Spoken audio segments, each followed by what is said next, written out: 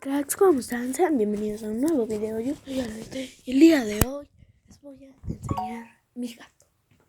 Sí, la pantera asesina que ya rasguñó como a 20 perros y se comió a 3 niños.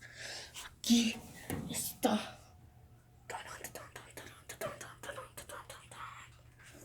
Esa es la pantera. Vamos a mi cama para que lo vean más.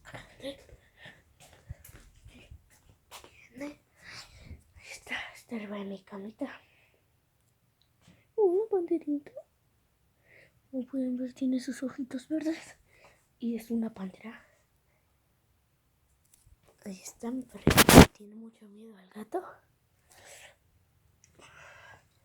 Ahí están mis otros dos perritos, que ya he subido videos con ellos.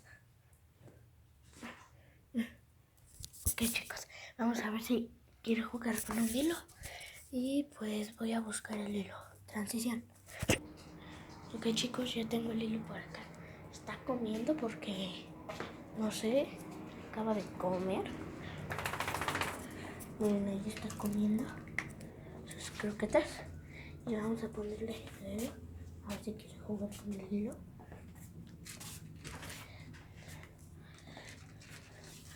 Mejor lo filmamos ahorita que termine de comer.